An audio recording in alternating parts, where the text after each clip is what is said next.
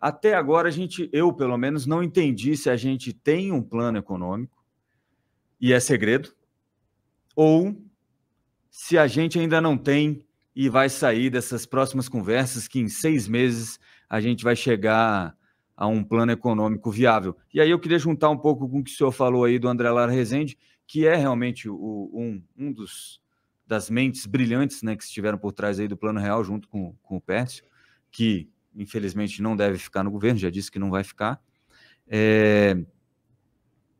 E aí, será que não fica, eu chamo de síndrome de Filipão, né? Você ganha uma Copa do Mundo fazendo um negócio e na seguinte, quando os caras colocam você de técnico de novo da seleção brasileira, você faz as mesmas coisas, mas o mundo já não é mais o mesmo e você acaba com um 7-1, né?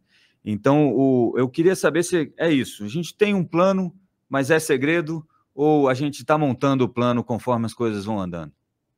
Eu acho que conforme as coisas vão andando, né? E muito preocupantes. Por exemplo, na campanha, quando o Lula era indagado para dizer qual era o plano dele, ele dizia assim: eu não preciso de plano, vocês me conhecem, eu sou o presidente responsável, deixa comigo, né? Não é assim que funciona, né? O mundo começou a ficar rico a partir, digamos assim, do século XVII na Europa, quando passou a ser regido por regras, né? Não apenas um ambiente de segurança jurídica, o primeiro arcabouço de um banco central moderno, que foi o Bank of England, criado em 1694, né? Regras.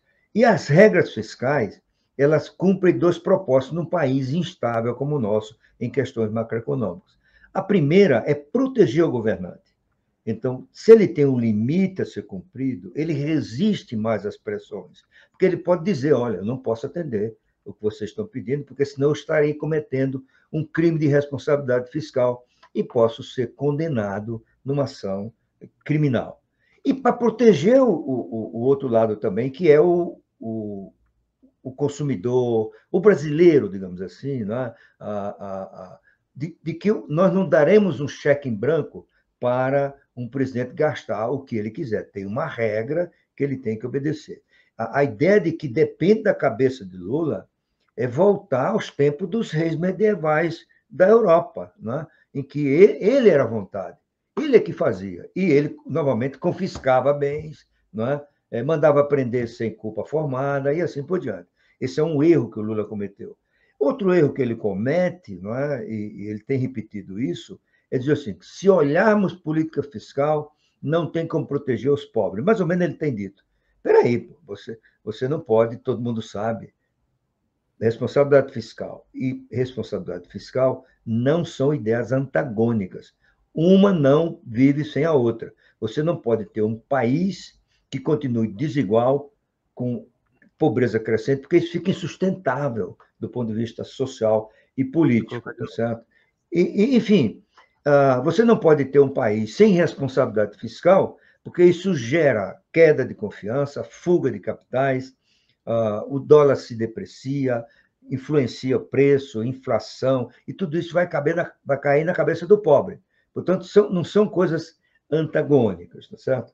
Então, eu acho, sabe, Ministro, que chegou a hora de Ellen, dizer. pode falar, desculpa. Não, chegou a hora de dizer. Eu acho que todos nós estamos dando o benefício da dúvida ao Lula, mas cada vez mais ele está mantendo todo mundo em dúvida, né? Porque essa história de a reação que o Lula tem às quedas de ativo do mercado financeiro é uma reação que não é de se esperar de uma pessoa responsável. Qual é um dos papéis do mercado numa economia moderna? É avaliar riscos e, em função deles, precificar ativos, tá certo? Então, se o mercado começa indicando a bolsa cai, o dólar sobe, os juros futuros empinam, é porque o mercado está entendendo que vem com alguma coisa errada. Qual é a função do governo nesse caso? É dizer o seguinte: olha, vocês estão errados, nós temos um programa desse tipo, nós vamos provar a vocês que nós somos responsáveis, anunciar algumas medidas. Qual tem sido a reação do Lula? A da ironia, né? Esse Deus mercado, e chegou a dizer que essa reação do mercado era de especuladores, né? E não de gente séria. Escuta, é a velha ideia da ignorância que existe no Brasil, de que especulador é uma coisa nociva, né? Eu fiz um artigo outro dia mostrando que isso está entranhado no padrão mental do brasileiro. O próprio dicionário Aurélio, não sei se você sabe, Rodrigo, ele define. Aprendi com o senhor. Ele define como uma pessoa má, né, que se aproveita dos outros. Especulador é uma coisa fundamental em qualquer situação. E especulador não é só do mercado. O especulador forma preços, e os preços servem para tomar decisões. Não é? Ele é fundamental na economia de mercado. E especulador, por exemplo, você pode especular não apenas em ativos financeiros, faz parte do processo, mas você pode especular quem vai ser o ministro do Planejamento. Isso é uma especulação, não é? Vai ser o André da Rezende, vai ser o Pessoarida, vai ser o ex-governador de Alagoas. Você pode especular, como eu disse no meu artigo, qual é o desfecho de um casamento em crise? Eles vão se separar? Isso é uma especulação. Tá certo? Então, essa ignorância sobre o papel do especulador é ruim. Que você tem o homem do povo tendo raiva do especulador, tudo bem. Alguém que vai ser o presidente da República não pode cometer esse tipo de engano, porque ele está jogando para a plateia. Né? Então, é isso que assusta. Cada vez mais, o Lula, que todos esperávamos fosse o Lula 1, que abandonou o programa equivocado do PT, que assustava até no nome, chamava-se Uma Ruptura Necessária. Né? O Lula jogou isso no lixo, digamos assim, né? E adotou ou continuou a política econômica do Fernando Henrique, que ele chamava de neoliberal, né? Com maior profundidade, porque ele autorizou o aumento do superávit primário, ele apoiou a equipe que o Palocci escolheu de economistas liberais para ajudá-lo na gestão do Ministério da Fazenda, e o Lula, que está vindo hoje, parece ser alguém que está regredindo, né? Regredindo mentalmente, em termos de ideias, ao PT arcaico, lá dos anos 80. E, por outro lado, você falou aí, o mundo mudou. Certo? Te dar um exemplo aqui. O Brasil tem hoje, no mercado de capitais, uma fonte crescente de crédito, tanto para curto, quanto para médio, quanto para longo prazo. O crédito de longo prazo no Brasil, até 10 anos atrás, era um privilégio do BNDES e de outros bancos de desenvolvimento estaduais. Né? Agora, não. Crescentemente é o mercado de capitais. O mercado de capitais já representa perto de 25% da oferta de crédito da economia brasileira. Não vamos chegar, provavelmente nunca, à situação americana. 80% do crédito nos Estados Unidos ocorre no mercado de capitais e não nos bancos, certo?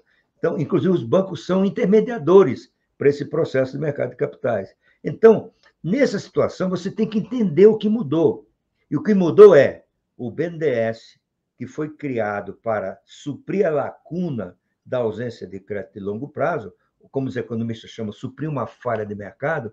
O BNDES é cada vez mais irrelevante, ou não tem a relevância do passado como provedor de crédito, o que significa que o Brasil não precisa dele. O BNDES tem uma função importante a desempenhar na economia brasileira, tem um quadro técnico de altíssimo nível de qualidade. Ele pode ser fundamental para a pequena e média empresa, ele pode ser fundamental para estruturar projetos, ele pode ser fundamental na privatização, digamos que o Lula já disse que não vai ter no mandato dele, né? O BNDES pode ser fundamental na estruturação de financiamento em parceria com o setor privado e assim por diante.